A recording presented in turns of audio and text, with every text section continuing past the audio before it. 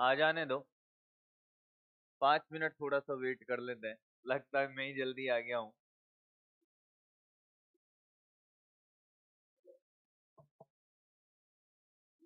कौन सा? किसके?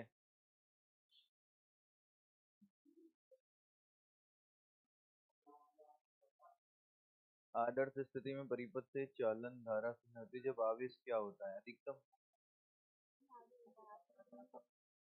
बेटा पूरी तरह से आवेशित हो जाएगा, कौन सा कैपेसिटर वाला, तो धारा कितनी हो जाएगी? 0। टी बराबर अनंत पे किसकी तरह व्यवहार करता है संधारित्र? रटना है। ई क्रॉस बी की दिशा में लिखा है। क्या नहीं हो रहा? ये नहीं होना चाहिए था, बस ये भी हो जाता, पर ऐसा कोई बड़ी बात नहीं थी, ये तो मैं करा दूंगा सबको। अब बोलो। और तो सब थ्योरेटिकल है। ई क्रॉस भी करना है, ये खेल है, मैंने कुछ नहीं करा है इसमें। देख अब शांति से बैठ जाइए, चैप्टर का नाम डाल लीजिए रे ऑप्टिक्स। 2 क्वेश्चन का वेटेज रखता है 8 मार्क्स।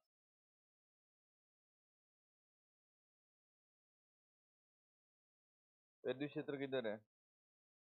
ई तो है जे केप में,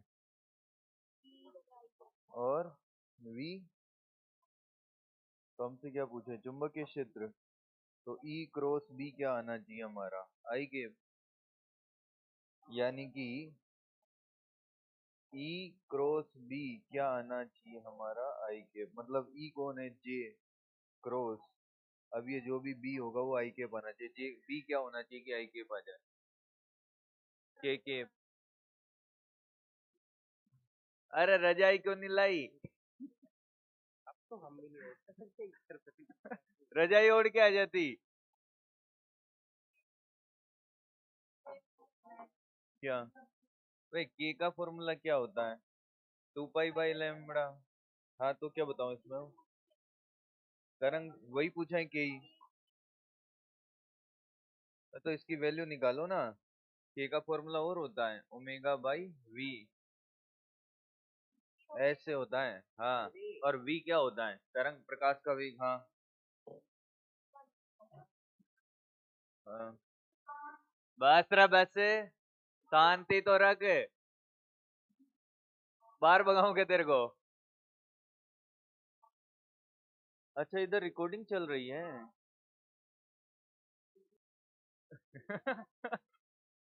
देंगे देंगे, उसकी आत्मा को शांति देंगे। सामने देखिए। और भैया जी थोड़ा मेरी तरफ देख लीजिए। ठीक है भाई, इसलिए नहीं बोला था। हाँ प्लीज कीप क्वाइट एंड बातें नहीं अब, समय पर आए। और अगर आपको रे ऑप्टिक्स से मतलब दूर दूर तक लेना देना नहीं है, आप चाहते हो कि रे ऑप्टिक्स आपको नहीं पढ़नी है, तो आप पहली क्लास से ही बाहर जा सकते हो। पर अगर आपको पढ़ना है और क्वेश्चन आपको टिप्स पे करने, तो एक भी क्लास स्किप मत कर देना। वैसे भी इस महीने में सिलेबस कंप्लीट हो जाएगा। 7 मतलब 7 इतना ही है अपना 1 महीने का, फिर रिवीजन की बात अलग है। समय पर आए, अगर अब लेट आए मेरी क्लास में तो भगा देंगे। हाँ निकल। हाँ अब सुने। रे ऑप्टिक्स और एक है वेव ऑप्टिक्स। आज की क्लास तो बहुत बेसिक होगी, रे और वेव की बातें होगी। 2 चैप्टर है और दोनों चैप्टर कुल मिला के 3 से 4 क्वेश्चन का वेटेज रखते। 3 क्वेश्चन तो 100% आएंगे, 2-2 आ जाए वो अलग बात है, पर दोनों चैप्टर से मिला के 3 क्वेश्चन तो आने ही आने, ये तो तय है। बात ना करें अब। 3 क्वेश्चन का मतलब है 12 मार्क्स। आपको कुछ नहीं करना, लेक्चर बहुत तरीके से देखना है। थोड़ी सी गणित का खेल रहेगा इसमें रे ऑप्टिक्स के अंदर, बाकी कोई बड़ी बात नहीं है। डीपीपी लगानी है, मॉड्यूल लगाना है, कोई सा भी जो आप लगाते हो, उसके अलावा कुछ भी नहीं करोगे तब भी क्वेश्चन गलत नहीं होगा। बहुत सारी ट्रिक्स है, जो चीजें आप रटते हुए आए हो सब आपको टिप्स पे करा दूंगा बहुत बेहतरीन तरीके से, हर चीजें। अब बात करते हैं कि ये तो हमारा हो ही जाएगा, क्लास आपने ढंग से देखी और घर पे 1 घंटा आप पढ़ लीजिए बस, रेगुलर। सिर्फ इनकी बात कर रहा हूं दोनों चैप्टर के लिए जो करंट चल रहा है, क्योंकि ये तो हो ही जाएंगे। अब भाई सिलेबस का आपको लोड है नहीं कि सिलेबस कब होना है नहीं होना, ये तो आपके क्लास को ढंग से देखिए। डीपीपी नोट्स, डीपीपी और मॉड्यूल लगाने के लिए आपको रेगुलर सिर्फ 1 घंटा इसका करंट वाला पढ़ना है फिजिक्स के लिए बस। 1 घंटे से ज्यादा आपको टाइम नहीं देना है जो करंट चल रहा है उसके लिए। बाकी जो टाइम मिलता है उसमें आप अपने टेस्ट का सिलेबस देखिए आज से ही, कि टेस्ट जो होने वाला है आपका जिस भी डेट को होगा 25 को, मतलब कितने दिन है, 20 डेज है आपके पास। और जितने भी चैप्टर आ रहे हैं, हाँ 20-19 दिन, मान लो कि आपके 6 चैप्टर आ रहे हैं, जितने भी होंगे 6, 8, 10 मुझे नहीं पता, मैंने सिलेबस नहीं देखा। अब मेरे, हाँ 4 ही चैप्टर आ रहे हैं, बहुत बढ़िया। अरे जो भी आ रहे हैं, अब सुन ले, इन पे फोकस करिए। पहले इनमें भी वो चैप्टर उठाइए जो आप 100% कर सकते हो, ताकि आपका कॉन्फिडेंस बिल्डअप हो। जैसे आपने कहा कि साहब एसी, एसी में एसी की तैसी हो गई, हो भी गई होगी। ईएमडब्ल्यू हो गया, जैसे छोटा सा चैप्टर है, अगर आ रहा है तो ठीक है, नहीं आ रहा है तब भी ठीक है। ईएमआई हो गया, इलेक्ट्रिक करंट हो गया, जो भी चैप्टर आपको लगता है कि ये मेरा थोड़ा अच्छा सा है, इसको मैं अगर पहले करूंगा तो आपका कॉन्फिडेंस बढ़ेगा। मान लो कि आप आने वाले समय पे आए, दांत निकाल लो बस। हाँ, एक्चुअली इससे क्या होगा कि मान लो आपने ईएमआई कर लिया, आने वाले 2-3 दिन में ईएमआई को बेहतरीन तरीके से कर लिया बहुत कम समय में, तो आपको कॉन्फिडेंस आ जाएगा कि एक चैप्टर मेरा 100% है। तो आने वाले 2-3 दिनों में आप और 1-2 चैप्टर ऐसे कर लोगे। और स्टार्टिंग में आपने क्या किया कि कोई ऐसा चैप्टर पकड़ लिया जिसके कॉन्सेप्ट आपके वीक हो, क्वेश्चन भी कम लगाए हो, तो फिर आप क्या करोगे, आपका सिलेबस लीक कर जाएगा टेस्ट वाला। तो कुछ तरीके हमें अपनाने पड़ेंगे जिससे हमारा जो अंदर से आवाजें आती है ना, उनके साथ तुम काम कर पाओ, कि हाँ फिर अंदर से मोटिवेट होगी, आपको मोटिवेशन की जरूरत नहीं पड़ेगी। तो ये काम करिएगा। जिन लोगों ने पीडब्ल्यू के मॉड्यूल लगा लिए हैं, हो सकता है कि वो दूसरे मॉड्यूल भी लगा सकते हैं। अगर आपने यहाँ के मॉड्यूल लगा लिए तो किसी और जगह के भी आप मॉड्यूल ट्राई कर सकते हो, ठीक है। और किसी भी क्वेश्चन में ज्यादा टाइम खराब बिल्कुल ना करें। और रही बात डाउट की, तो अब इस चक्कर में मत आना कि मैं ही डाउट पे मिलूंगा। डाउट पे कोई भी मिले उससे डाउट पूछ लेना। ये दुनिया पीतल की, चलिए कोई बात नहीं। मैं मिलूंगा, मुझे मिलना ही पड़ेगा। हाँ हाँ, प्रैक्टिस कम है, ये सच्चाई है। नहीं, अगर किसी से क्वेश्चन नहीं बनते, उसमें दुनिया का कोई टीचर कुछ नहीं कर सकता। उसका एक ही रीजन है, प्रैक्टिस। वहां नहीं बनते तो वहां पे बहुत सारी चीजें होती है भाई, वहां मेंटल प्रेशर एक रीजन वो भी होता है। भाई ऐसा भी नहीं कि हर चैप्टर का प्रैक्टिस आपका अच्छा नहीं होगा, कुछ चैप्टर का प्रैक्टिस बढ़िया बेहतरीन होने के बाद भी आपसे क्वेश्चन नहीं बनने का एक रीजन है मेंटल प्रेशर, जिसको आप हैंडल नहीं कर पा रहे। आप मेन एग्जाम में नहीं बैठे हो, इस बात को आपको समझना पड़ेगा। आप एक नॉर्मल एग्जाम में बैठे हो जिसको आप ट्रीट करना पड़ेगा किसकी तरह, नॉर्मल वे की तरह, बस कि ठीक है साहब एग्जाम है। मेन एग्जाम में बैठोगे तब भी उसको आपको नॉर्मल ट्रीट करना है। जीवन का आखिरी एग्जाम नहीं है वो, जीवन में ऐसे बहुत सारे एग्जाम होंगे। और जिंदगी तो ऐसे एग्जाम लेती है जिनका रिटर्न नहीं होता है, उनको कैसे क्लियर करोगे फिर? अगर तुम्हें लगता है कि साहब ये रिटर्न एग्जाम देना आपके लिए बहुत भारी है, तो जीवन के एग्जाम नहीं क्लियर होंगे भाई। तो जर्नी है, सीखना है आपको। माइनस मार्किंग अभी भी करी होगी मुझे पता है, मैं रिजल्ट आने के बाद पूछूंगा। चलिए अब स्टार्ट करते हैं। रे ऑप्टिक्स, रे ऑप्टिक्स, किरण प्रकाश की। बेटे बातें नहीं, अब सामने देख बस।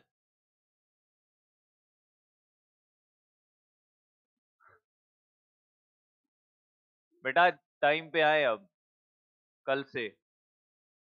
सुनिए अब, हमने इलेक्ट्रोमैग्नेटिक वेव का एक स्पेक्ट्रम देखा, जिसके अंदर हमने गामा, एक्सरे, यूवी और विजिबल, फिर अरे बोलना, इंफ्रा, माइक्रो और रेडियो, यहां से यहां जाने पे तरंग दैर्ध्य बढ़ती है और आवृत्ति।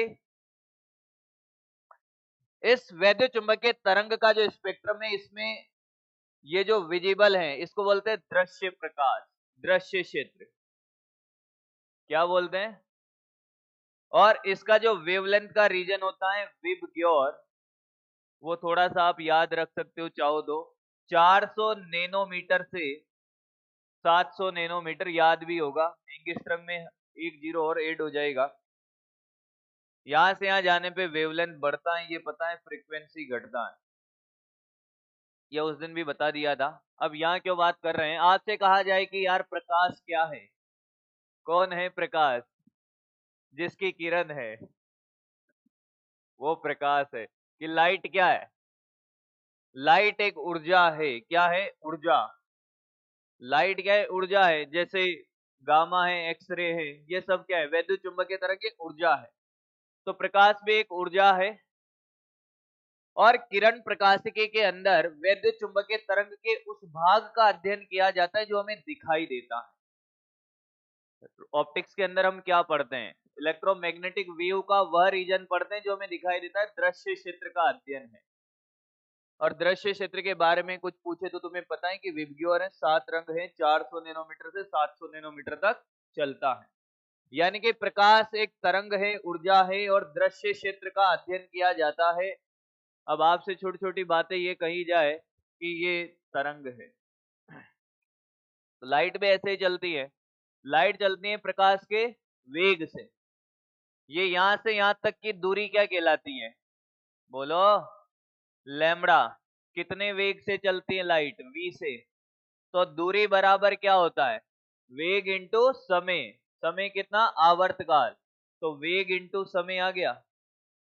तो क्या मैं इसको लैम्बडा बाई टी बराबर वेग लिख सकता हूं क्या, v बराबर एफ लैम्बडा, हमने पहले ही पढ़ा है। बहुत सुंदर, बहुत छोटी छोटी बातें सिखाऊंगा आज, इतनी कोई हार्ड एंड फास्ट चीजें नहीं होगी। तो v बराबर एफ लैम्बडा आपको पता होना चाहिए। अब जब भी प्रकाश एक माध्यम से दूसरे माध्यम में आता है, ये माध्यम 1 है, ये माध्यम 2 है, तो उसके साथ हमेशा 3 घटनाएं होती है। कुछ भाग उसका परावर्तित हो जाएगा, कुछ अवशोषित और कुछ संचरित हो जाएगा, जिसको अपवर्तन बोलेंगे यहाँ पर हम। यानी कि इसका कुछ भाग तो हो गया परावर्तन और कुछ भाग का हो गया अपवर्तन, ये हो गया अपवर्तन। क्या ऐसा हमेशा होता है, ऐसा हमेशा होता है।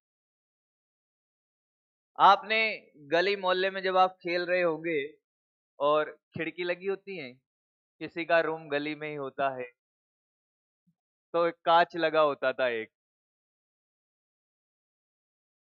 कांच देखा, तो जब आप बाहर से देखते हो तो आपको अंदर कुछ दिखाई नहीं देता, पर बाहर वाला सब कुछ देख लेता है। पर अंदर अगर लाइट जल रही होती तो कभी कभी आपको अंदर के दृश्य भी दिख जाते हैं।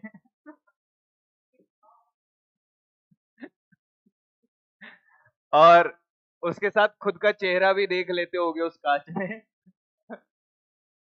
कुछ लोग अपनी यादें याद कर रहे, चुप चुप के, बहुत देखा है।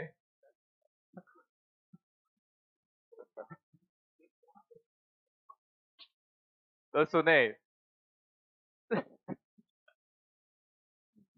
तो हुआ क्या कि अगर मान लो आपने मछली को देखा पानी के अंदर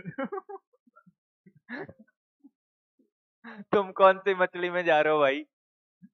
आपने पानी के अंदर मछली को देखा, क्या मछली ने भी आपको देखा? और क्या आपने पानी में अपनी शक्ल भी देखी? तो किसकी वजह से? मछली को देख पाए अपवर्तन की वजह से, और खुद का चेहरा देख पाए परावर्तन की वजह से।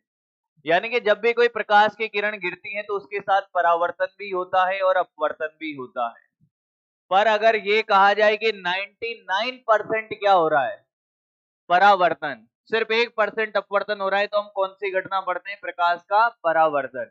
और अगर 99% क्या हो रहा है, तो हम पढ़ते हैं प्रकाश का अपवर्तन। होते दोनों हैं, पर जब तुलना करी जाए तो बहुत ज्यादा कौन हो रहा है? परावर्तन, इसलिए हम परावर्तन की घटनाएं पढ़ते हैं। बहुत कम हो रहा है अपवर्तन। ये बात है। अगर मैं आपसे कहूं कि इस माध्यम वन में आवृत्ति, बेटे बात नहीं, प्रकाश का वेग v1 है, माध्यम 2 में प्रकाश का वेग क्या होगा? v2। आवृत्ति f1 है, आवृत्ति दूसरे में क्या होगी? f1 या f2? आवृत्ति बदलती है क्या? एक माध्यम से दूसरे माध्यम में जाने पे क्या आवृत्ति बदलती है? आवृत्ति स्रोत की प्रॉपर्टी है। कोई भी सोर्स अगर 1 सेकंड में 10 दोलन कर रहा है, तो तरंग कहीं भी जाए ना हो तो 10 ही दोलन कर रहा होगा ना। जैसे मैं बोल रहा हूं, तो मेरी जो आवृत्ति होगी साउंड की, वो फिक्स है। चाहे आप पानी में बैठ के सुन रहे हो या हवा में बैठ के सुन रहे हो, उससे कोई फर्क नहीं पड़ेगा, आवृत्ति नहीं बदलती। तो ये f1, यहाँ पे तरंग दैर्घ्य λ1 है और यहाँ पे कितनी है? λ2। तरंग दैर्घ्य तो बदलेगी। तो बात क्या हुई कि साहब v1 बराबर, यहाँ पे क्या लिखेगा? v1 बराबर f λ1 लिख देता हूं, या f1 लिख दे। और v2 बराबर क्या? f λ2। तो ये जानता था पहले भी, v1 अपॉन v2 बराबर λ1 अपॉन λ2। एक छोटा सा रिलेशन। ये सब बेसिक बेसिक बातें जो हम वेव में पढ़कर आए। अच्छा, अब कुछ बातें सदिश की कर लेते हैं। ज्योमेट्रिकल ऑप्टिक्स के अंदर ज्योमेट्री पढ़ते हैं थोड़ा बहुत। समरूप त्रिभुज याद है तुम्हें? समरूप त्रिभुज, वो एस का नियम, दो भुजा समान हो या दो कोण समान हो, एक भुजा कॉमन हो, ऐसा कुछ होता था। जैसे मैं आपसे कहूं, बात नहीं रे अब,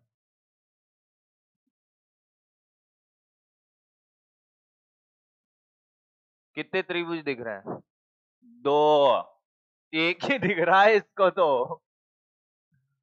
ये x, ये y, ये a और ये b। x और y में संबंध बताओ। छोटी छोटी बेसिक बातें तैयार कर रहा हूं तुम्हारी, क्योंकि इनके बिना ऑप्टिक्स में काम नहीं चलेगा। ऑप्टिक्स तो अभी स्टार्ट हो जाएगा। क्या ये कौन थीटा है? डर क्यों रहा है? समरूप नहीं आता तब भी तुझे ये तो आता होगा कि अगर ये थीटा है, ये x है और ये y है, टेन थीटा लगा देना दोनों त्रिभुज में। y बाई बी बराबर x upon a plus B. अरे भाई, लंब बटे आधार लगाना नहीं आ रहा इनको। बड़े वाले त्रिभुज में क्या लंब बटे आधार क्या होगा? a प्लस बी, और इसमें y अपॉन बी। क्लियर है या डाउट में है? ओहो, अगर यही बात मैं कहता कि ये है a, कितनी है दूरी? a, और ये दूरी है कितनी? b, तो यहां से b दूरी पर एक रास्ता है ऐसे।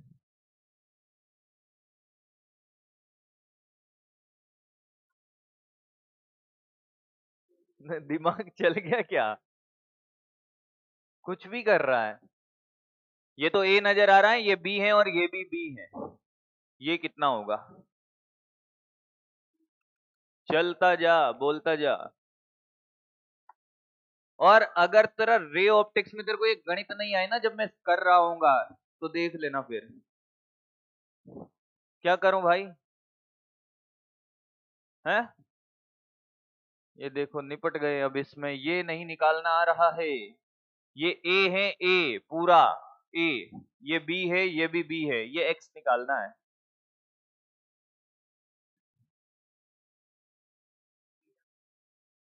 हाँ कुछ भी लगाओ, मुझे आंसर निकाल के बताओ।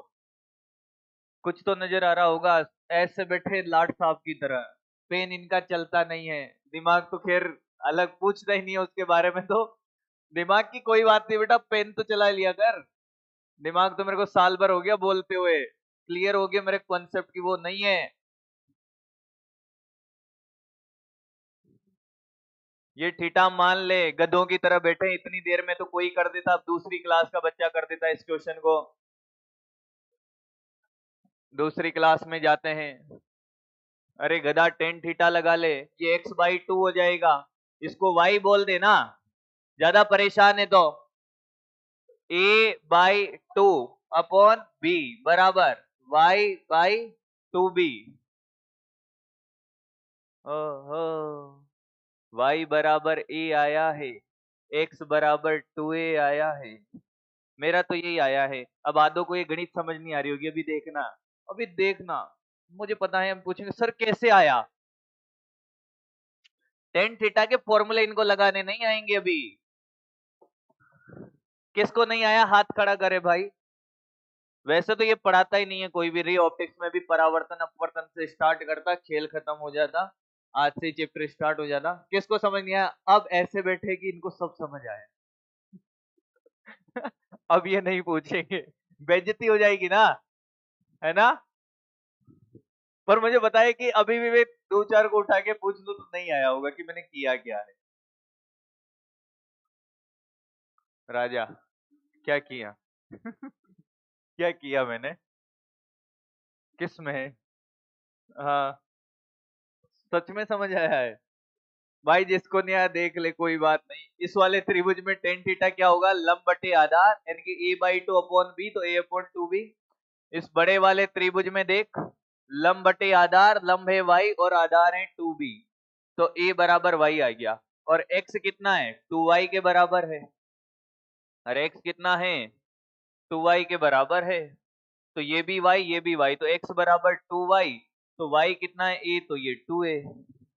अब तेरे को डायरेक्ट तरीका बताता हूं। ये यहां से कितनी दूरी पर है? ये, इसकी दूरी कितनी है? b। तो इससे अगर b दूरी पर लंबाई पूछी जाए इस रास्ते की, मतलब ये वाली, तो कितनी होगी? 2b। अरे यहां से b दूरी पर ये कितना है? a है। सॉरी, 2b नहीं, a है। तो यहां से 2b दूरी पर कितना होगा? 2a होगा। अगर यही क्वेश्चन में आपसे पूछता कि साहब ये यहां से a दूरी पर b था, कितना था? b था। तो इससे a दूरी पर, यहां से कितनी दूरी? a, तो इससे कितनी हो गई? a दूरी पर कितना है? b, तो इससे कितना दूरी हो गया? तो ये कितना हो जाएगा? पर और मैं बोल देता कि ये दूरी हो जाती कितना? a और हो जाती, तो ये कितनी होती लंबाई? 3 है। 3b, सॉरी, इसकी लंबाई देखेंगे ना। अगर इसकी b है, a दूरी पर ये कितना है? b, तो इससे 2a दूरी पर कितना होगा? 2b, और इससे 3a दूरी पर कितना होगा? 3b। समरूप त्रिभुज का खेल है। बाकी फिर भी नहीं समझ आता तो तेरे लिए टेन थीटा बनाया हुआ है, जीवन भर उसी को करता रहना। ये रहा। हाँ, अब और बातें पूछता हूँ। सदिश पढ़ा है ना तुमने बेहतरीन तरीके से? बहुत सुंदर।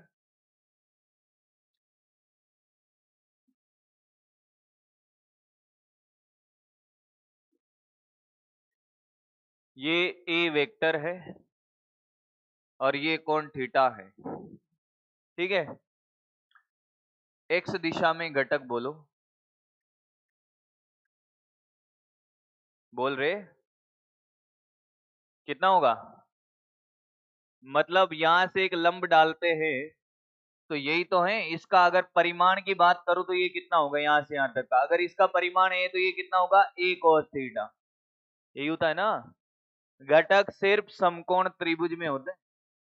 पता चला कि इसका घटक कर दिया कि यहां तक का a cos थीटा, यहां तक का नहीं है, यही a cos थीटा है। क्लियर है? किसी को कोई तकलीफ? बहुत बढ़िया। अच्छा, आपको ये पता है कि कुछ कि ए डॉट बी बराबर कुछ होता था ए बी कोस थीटा। तो कोस थीटा कितना? A dot B upon A B. ठीक है, एरो हटा दिया भाई मैंने। अच्छा, ये ए कॉस थीटा था, है ना? ये परिमाण लिखा कि सदिश रूप है? परिमाण है। अरे क्या लिखा है? सदिश रूप के लिए क्या करता? इकाई सदिश से गुणा करता। एक्स दिशा में है तो किससे गुणा कर देता? नहीं आया? बहुत सुंदर। अच्छा, अगर यही होता ए वेक्टर और ये होता बी वेक्टर, जरूर थोड़ी एक्स दिशा ही, और ये कौन थीटा होता, तो क्या लिखता मैं इस दिशा में घटक? ए कॉस थीटा। समय पर आए फिर कहेगा कि समझ नहीं आया है। आधी गणित तो निपटा दी है और गणित ही समझ नहीं आती है। गुड। क्या ये cos थीटा लिखूं? सदिश रूप के लिए किससे गुणा करूं?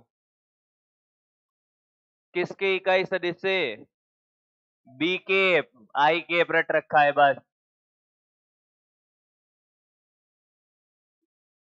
आई के मैंने कब बोला कि इधर एक्स दिशा है? हमने तो इधर एक्स दिशा पढ़ी है इसलिए रटा हुआ है कि एक्स दिशा है, कुछ भी लिखा हो भले ही। ये समझ आया? अरे वाह। अब देख, अगर तुझे ये सब समझ आया तो ये ए वेक्टर है और ये बी वेक्टर है। कौन नहीं दे रखा है? अब निकाल बी की दिशा में घटक।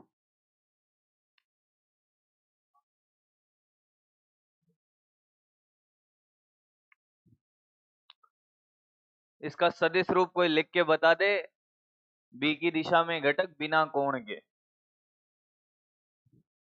ए वेक्टर। हाँ,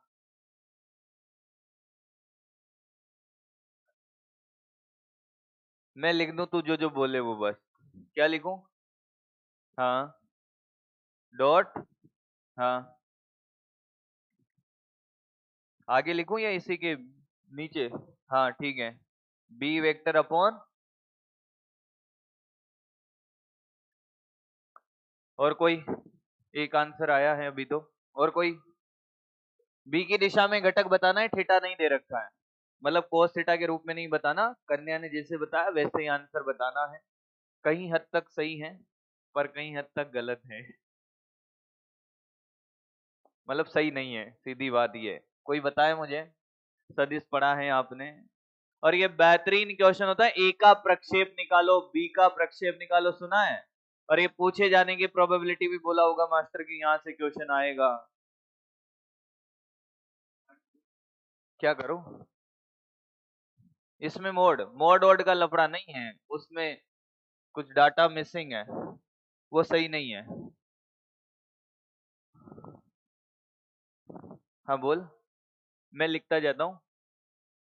ए बी, ए, इधर वेक्टर, ठीक है,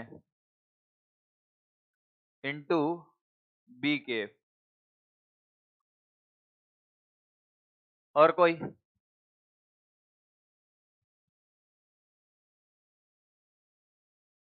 दिमाग ने चलना छोड़ दिया है, कहीं और चलने की तैयारी में है, क्योंकि शुरुआत कल से है।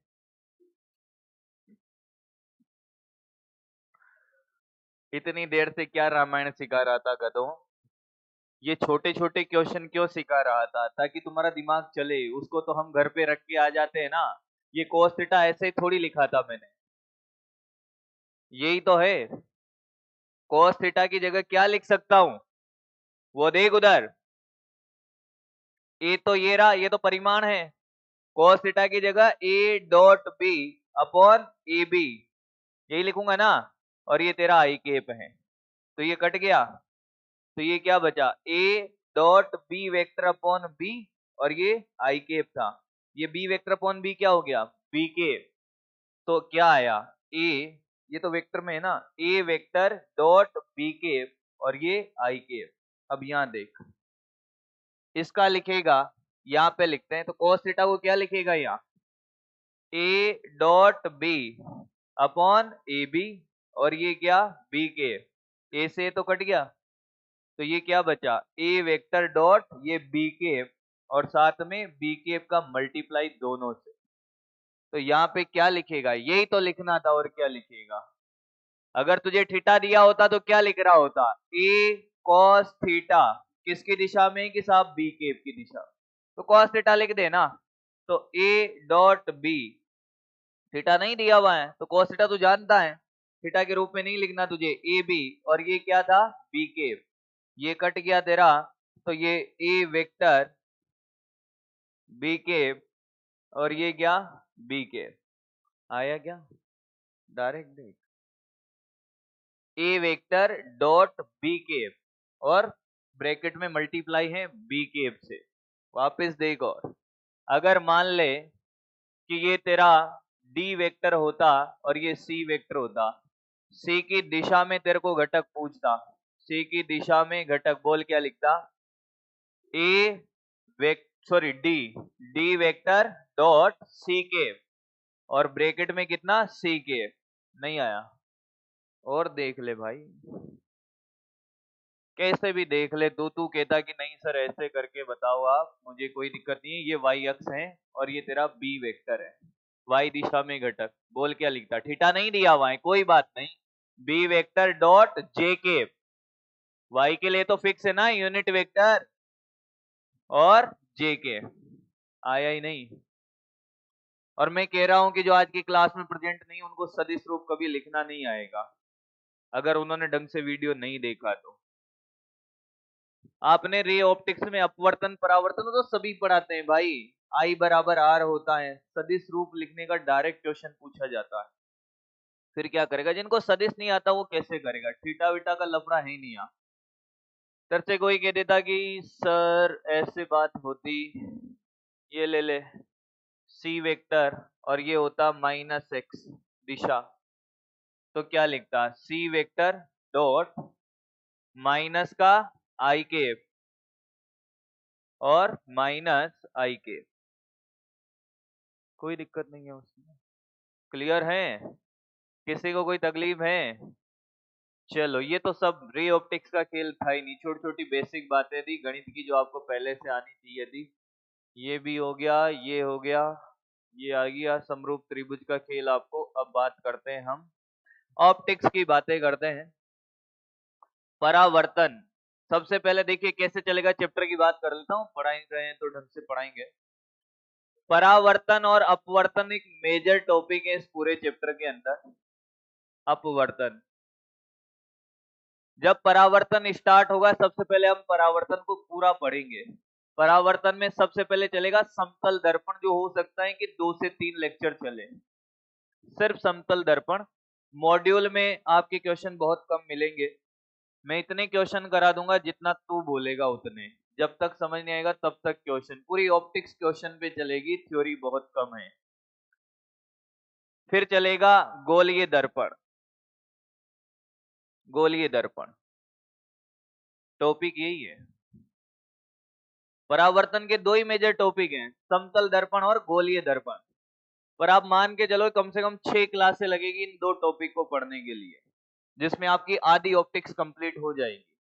समतल दर्पण में आप बिंदु वस्तु का प्रतिबिंब बनाना देख रहे होगे, लंबाई वाली वस्तु का प्रतिबिंब बनाना देख रहे होगे, समतल दर्पण की तरफ भाग रहे होगे तो प्रतिबिंब का वेग, दूर जा रहे हो तब समतल दर्पण को घुमा रहे होगे, समतल दर्पण को हो सकता है कि 2 दर्पणों के बीच में प्रतिबिंब कितने बनेंगे, थीटा कोण पे हो, कैसे भी पूछ ले सब कुछ सिखा दिया जाएगा। गोलीय दर्पण में खेल वही पूरा, वास्तविक बनेगा आभासी बनेगा, सब कुछ सिखा दूंगा ट्रिक के साथ, तेरे को कोई फॉर्मूला रटने की जरूरत नहीं, कैलकुलेशन के बिना।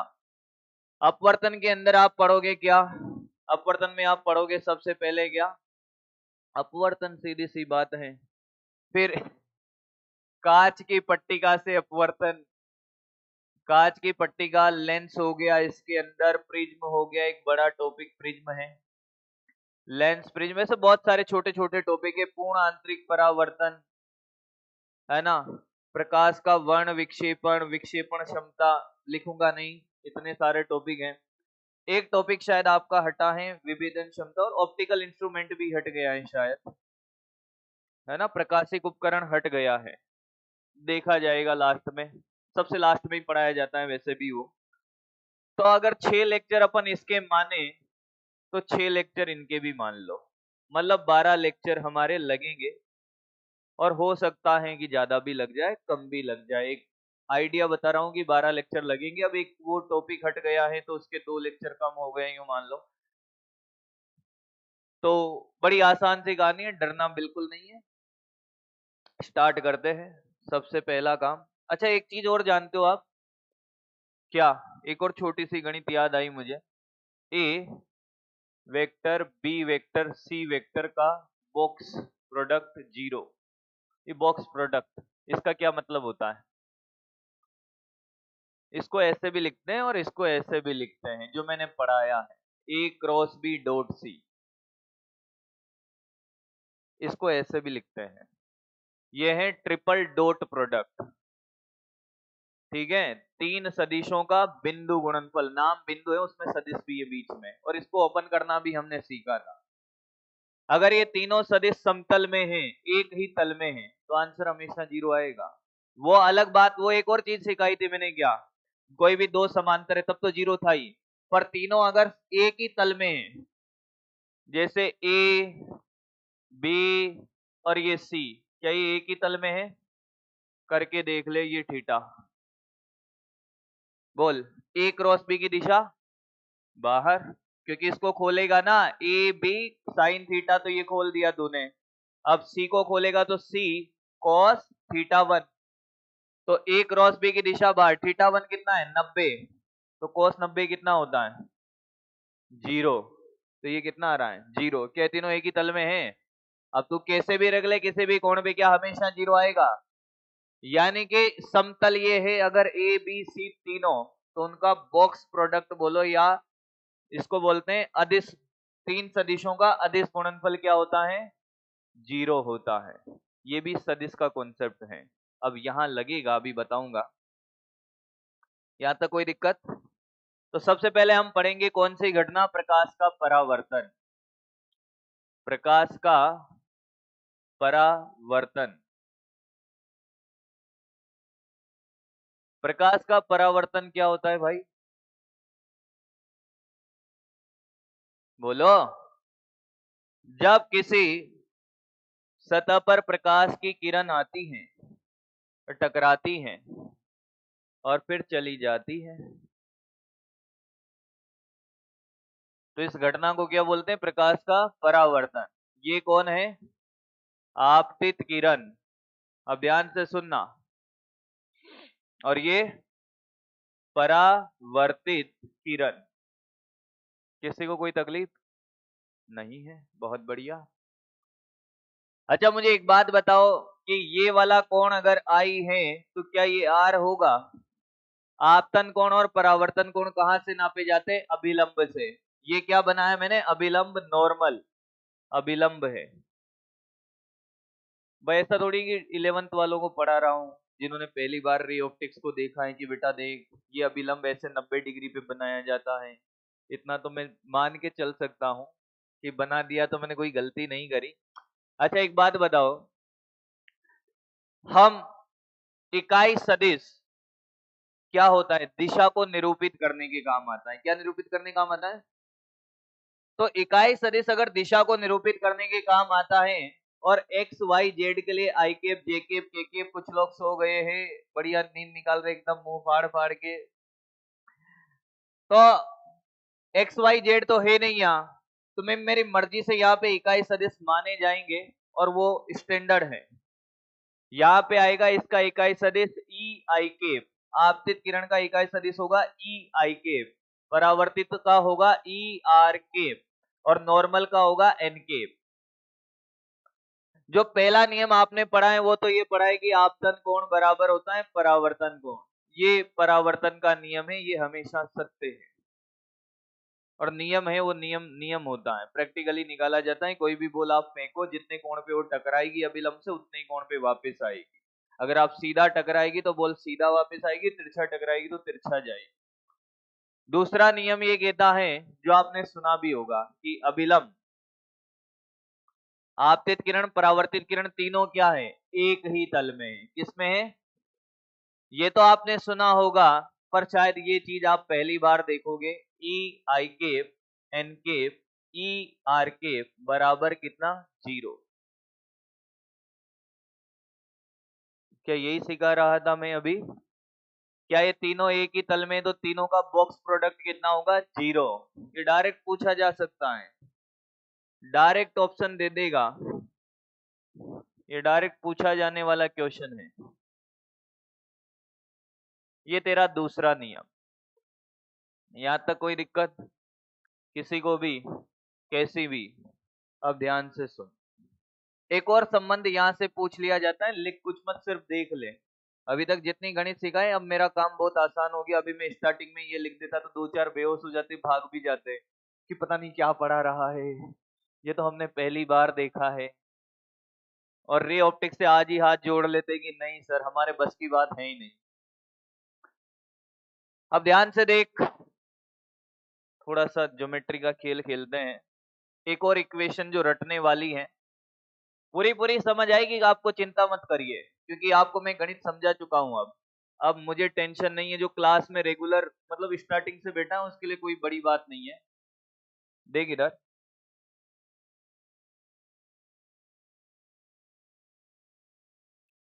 एक किरण ऐसे आती है और एक किरण ऐसे जाती है, ठीक है?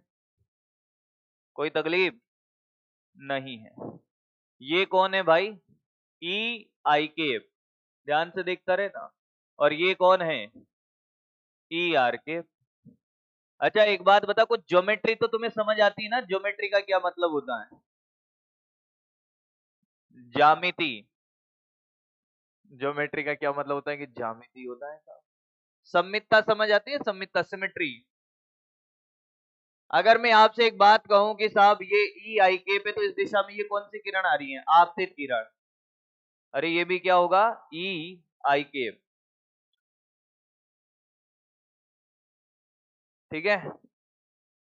ये वाली लंबाई, ये वाली लंबाई सब क्या है? बराबर है। क्यों बराबर है सर? क्योंकि ये कोण अगर थीटा है तो क्या ये भी थीटा होगा? तो क्या ये भी थीटा होगा? और ये भी कितना होगा? ये 90 माइनस थीटा, ये भी 90 माइनस थीटा ना।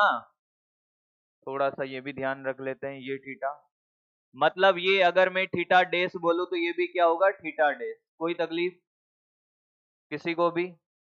अच्छा, इस ई आर केप का ये वाला घटक क्या होगा? ये सदिश रूप। सदिश रूप पूछा है, क्या पूछा है? सदिश रूप। तो आपको क्या लगता है कि साहब ये वाला जो घटक होगा वही तो ये होगा? इस कोण से घटक आप निकालो तो ये वाला घटक, और कोण के रूप में हमें घटक नहीं निकालना, सीख ले, निपट जाएगा। फिर कह रहा हूं, समझ नहीं आएगा, बातें तो खूब कर रहा है चिपक चिपक के, उसकी पता नहीं क्या चाहता है। बेटा अगर कोई मुझे इधर उधर कुछ करता दिखा ना, तो देख लेना तुम। बोल क्या लिखूं? क्या इस वाली लंबाई को मैं लिख सकता हूं ई आई के? अरे बोल हाँ या ना। और ये जो, ये कौन है? ये अभिलंब है, इसका नाम नहीं दिया क्या हमने? नहीं। तो क्या इसकी दिशा इधर मान सकता हूं? एन के? अरे नीचे मान ले, ऊपर मान ले, इकाई सदिश है। हाँ या ना? तो बता क्या लिखूंगा? ई I cap N cap dot, और ये क्या? एन के। तुझे आया ही नहीं। ये जो मैंने लिखा यहां से यहां तक की लंबाई, क्या ये वही बातें है कि साहब ये एक सदिश है, इसका इस दिशा में घटक क्या होगा? ई आई केप और डॉट इसका इकाई सदिश, और फिर क्या ब्रैकेट में वो सदिश। अच्छा, तो क्या तू बता सकता है कि जितना ये है उतना ही ये है? सिमेट्री से नजर आ रहा है तेरे को? क्योंकि देख कोण भी बराबर है, ये थीटा ये थीटा, तो ये वाली दूरी भी कितनी है? ई आई के डॉट एन के डॉट के साथ, इसमें ब्रैकेट के साथ एन के। नहीं आया? बहुत सुंदर। ये इधर गया, ये वाला सदिश इधर गया, देख। ये सदिश है तेरा ई आर के, और ये सदिश है तेरा 2 E I cap N cap, और ये एन केप, और ये सदिश है तेरा कौन, ई आई केप। किसी को कोई दिक्कत? सदिश योग का त्रिभुज नियम, कौन से दो सदिश समान दिशा में हैं? ये वाले और ये विपरीत दिशा में। बस मेरा काम हो गया जो मुझे समझाना था। बोल क्या लिखूं?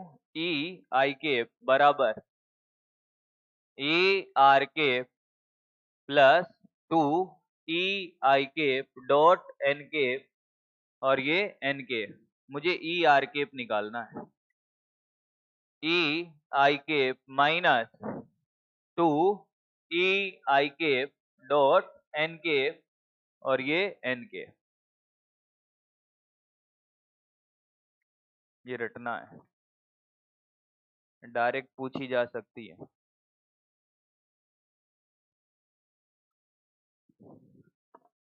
ऐसी ऑप्टिक्स पढ़ी थी पहले, जीवन में कभी नहीं पढ़ी होगी।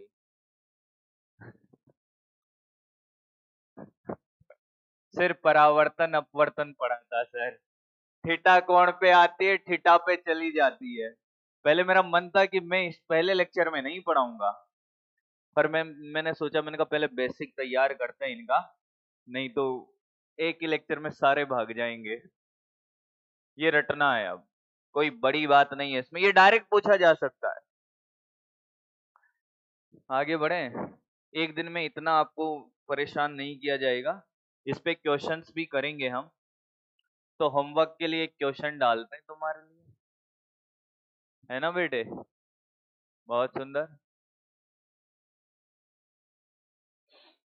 एक प्रकाश की किरण आ रही है इधर, जिसका सदिश रूप दिया हुआ है ई केप की वैल्यू है ये साहब, ई आई केप की वैल्यू है I cap minus J cap upon √2, और आपसे पूछा है ई आर केप निकालो।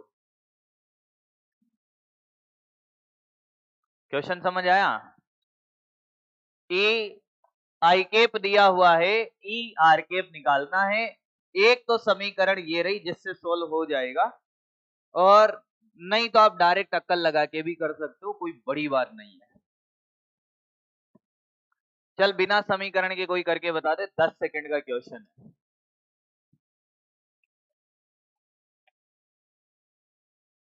ऑप्शन से तो 2 सेकंड में आंसर आ जाएगा, देखते ही बता दोगे। सिर्फ सेकंड लो का यूज कर, उस समीकरण का यूज तो मैं सिखा दूंगा, वो तो आपको रटनी है, उसके बिना भी सारे क्वेश्चन हो जाएंगे, पर वो समीकरण पूछी जा सकती है इसलिए वो लिखवाई, उसके बिना भी ये क्वेश्चन हो जाएगा। आपको ये तो पता है कि जो भी सदिश आएगा वो उसी तल में आएगा जिस तल में वो आ रही है, हाँ या ना? तो क्यों परेशान है, अब आंसर दे दे। इसके एक घटक इधर हो रहा होगा इस सदिश का, कितना? आई केप बाई √2, और नीचे की तरफ हो रहा होगा जे केप बाई √2। अरे माइनस का है ना, तो जो परावर्तित किरण जाएगी इसका इस दिशा में तो घटक वही रहेगा, और ये दिशा का घटक बदलेगा, तो ये तो वही रहेगा ना, आई केप बाई √2, और ये उल्टा हो जाएगा जे केप बाई √2। परेशान है भाई? ये ले answer, I cap by √2 plus J cap by √2। Answer I cap plus J cap by √2।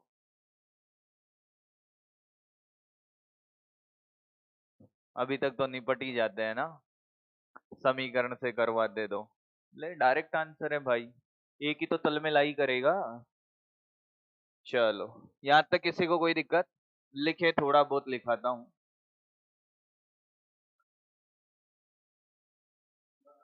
लिखें, लाइट प्रकाश, प्रकाश लिखें। ये देखो कॉपी है, भरा गई ना? तो चीज बड़ी है मस्त मस्त। लेकिन प्रकाश, प्रकाश ऊर्जा का वह रूप है, प्रकाश ऊर्जा का ही रूप है भाई, ऊर्जा का कौन सा रूप है? प्रकाश ऊर्जा है, प्रकाश ऊर्जा है, सीधा लिखो प्रकाश ऊर्जा है। और लिखें आगे, किरण प्रकाशिकी में, किरण प्रकाशिकी में, हाँ, किरण ले ले, किरण ले ले, तू है मेरी किरण। किरण प्रकाशिकी में वैद्युत चुंबकीय तरंग के, वैद्युत चुंबकीय तरंग के उस भाग का अध्ययन करते हैं जो हमें दिखाई देता है। हाँ, ऐसे डायरेक्ट भी लिख लो, जो तुम्हें समझ आता है वो भी लिख सकते हो। किरण प्रकाशिकी में वैद्युत चुंबकीय तरंग के उस भाग का अध्ययन करते हैं जो हमें दिखाई देता है। फिर लिखेंगे दृश्य क्षेत्र, लिख लो विबग्योर, कहीं लिखा था ना, लिखा तो था कहीं पर, ये रहा। लिखें, सिर्फ पूरा नहीं लिखना है, ये लिखे विबग्योर, ये लिखना है बस, वो तो सब वहां लिख लिया है। पूरा छाप दे, ये 400 नैनोमीटर से 700 नैनोमीटर लैम्बडा बढ़ता है, फ्रीक्वेंसी घटती है। ऊपर वाला कुछ नहीं लिखना, लिख लिया।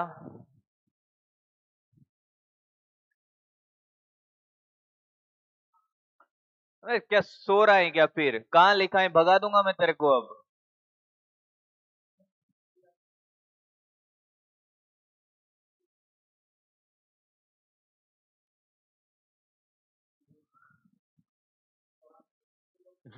मैं कुछ कहूंगा फिर अभी, पर मैं कुछ नहीं कह रहा। आप डायरेक्ट लिखें, अब मुझे नहीं लगता है कि इसको मुझे डिराइव करवाना चाहिए। V बराबर एफ लेमड़ा, V1/V2 बराबर λ1/λ2, लिख लो, लिखते चलो साथ साथ। वैसे भी रिवीजन है ये तो पूरा, वीयू के अंदर सब करवाया है। V बराबर एफ लेमड़ा, V1/V2 बराबर λ1/λ2, लिख दिया। आगे बढ़ते हैं।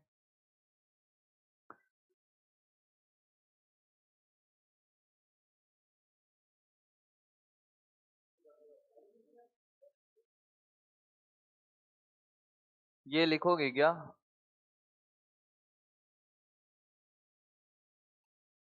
हेडिंग डालो प्रकाश का परावर्तन। वो गणित तो सिखा दी, अब आपको वो याद ही रखना है, वैसे सीख जाओगे, इतनी सारी प्रैक्टिस हम करेंगे। प्रकाश का परावर्तन,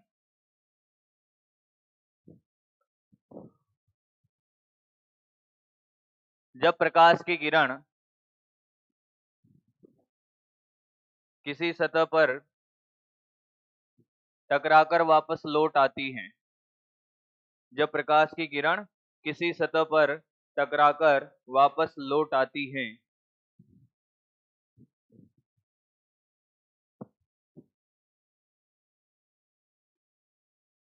बस खत्म, आती हैं क्या? अब ये लिखेगा प्रकाश का परावर्तन कहलाता है। डायग्राम बना और छापिए। कोई तकलीफ में तो ये लिख लेना, ई आई केप है आपतित किरण का इकाई सदिश। हाँ, और ई आर केप है परावर्तित, जल्दी लिखे थोड़ा, इकाई सदिश। एन केप है अभिलंब का इकाई सदिश।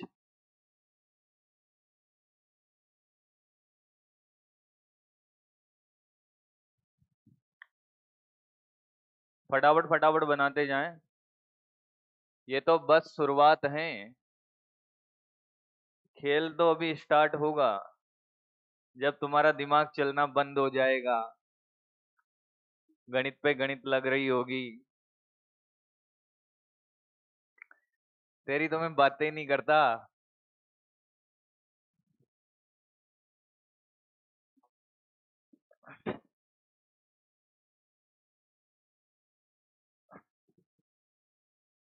आज क्रेश कोर्स वाले बैच का लॉन्चिंग है 6 बजे। यस। अभी 3 बेच और मिल गए हैं मतलब। मतलब एक उम्मीद, एक वन शॉट सीरीज चलेगी, उम्मीद हिंदी, वो फ्री चलेगी साहब। उसमें आ सकते हो आप, अगर किसी को एक साथ एक चैप्टर कंप्लीट करना है तो। मैं पढ़ाऊंगा उसमें 11th फिजिक्स शायद मैं पढ़ाऊंगा। 11th वाली मुझे मिली है शायद।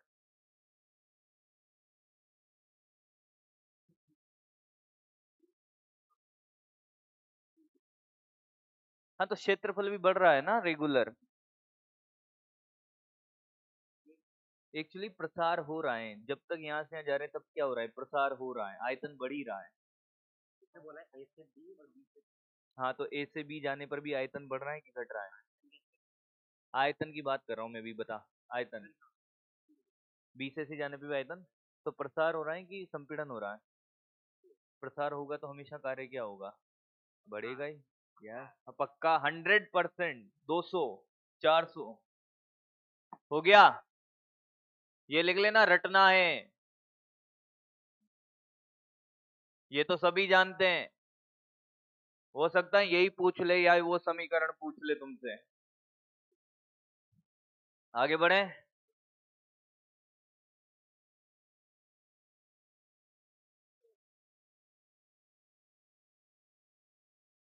बोलो। छापो। रटनी है डायरेक्ट वैसे, छाप लो पर।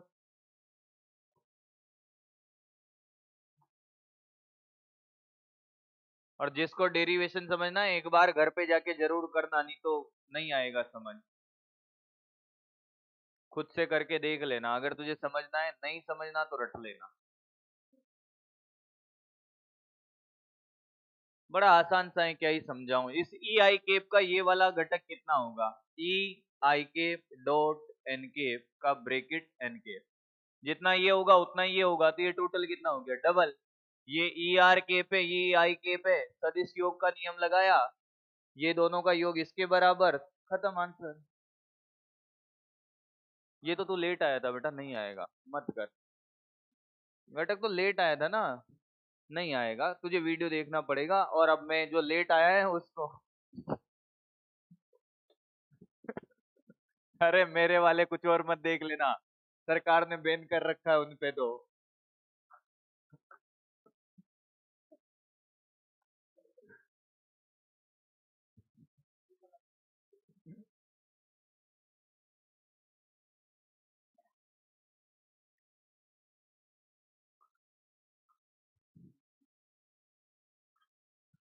फूल तुम्हें भेजा है खत में।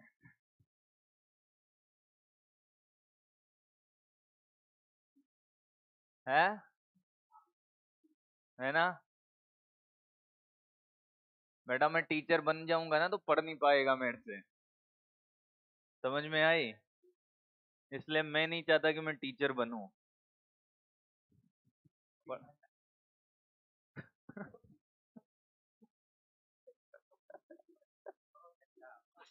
बस भाई, उसका अलग मीनिंग निकल जाता है। हाँ भाई। हाँ बेटे बोल। ए, चुप हो जाओ। ई आर के, ई आई केप डॉट एन के। अरे भाई, ये कितना है, जितना ये होगा सिमेट्री से नजर ना, ये त्रिभुज बराबर है, समरूप है, तो जितनी दूरी ये होगी उतनी क्या होगी, ये वाली होगी।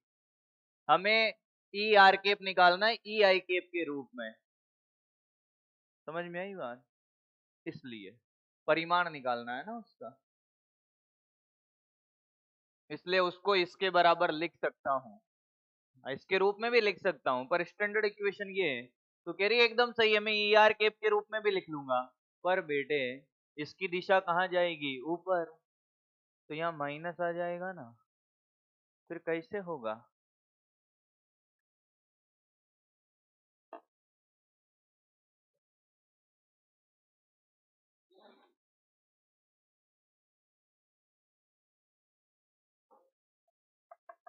हो गया।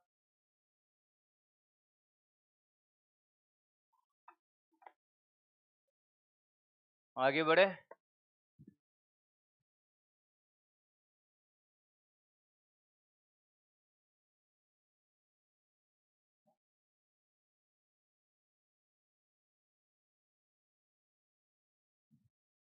आगे बढ़े, जल्दी करो यार, क्या है अब इसमें, बढ़े, डायरेक्ट क्वेश्चन बनाओ।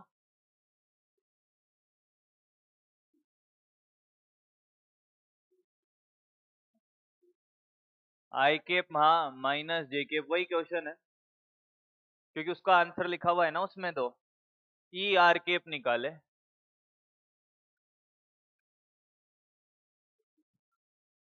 उसमें तो पूरा सॉल्यूशन दिया हुआ है ना, पता नहीं चलेगा कौन सा क्वेश्चन है कौन सा आंसर है। तो क्वेश्चन बना लो और आंसर लिख लेना वो अपने हिसाब से, बाकी वहां तो है ही स्लाइड में। तो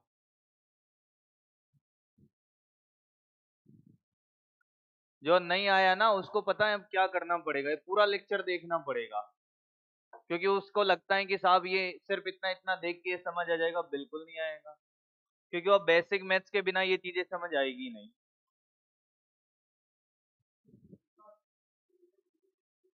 चले आगे बढ़े अब, सॉल्यूशन देख लेना आपके हिसाब से, ये रहा वैसे सॉल्यूशन, ऐसा कोई बड़ी बात थी नहीं उसमें।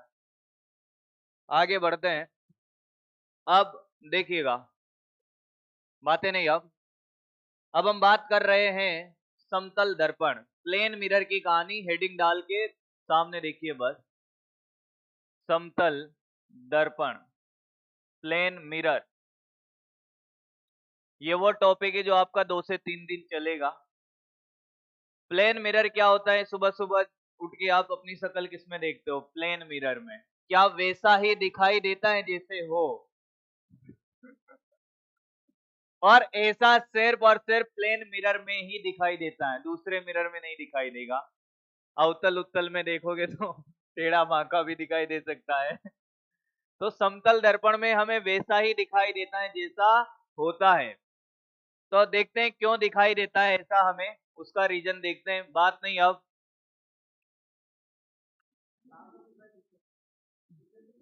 रात को तुझे पता नहीं क्या क्या दिखता है भाई।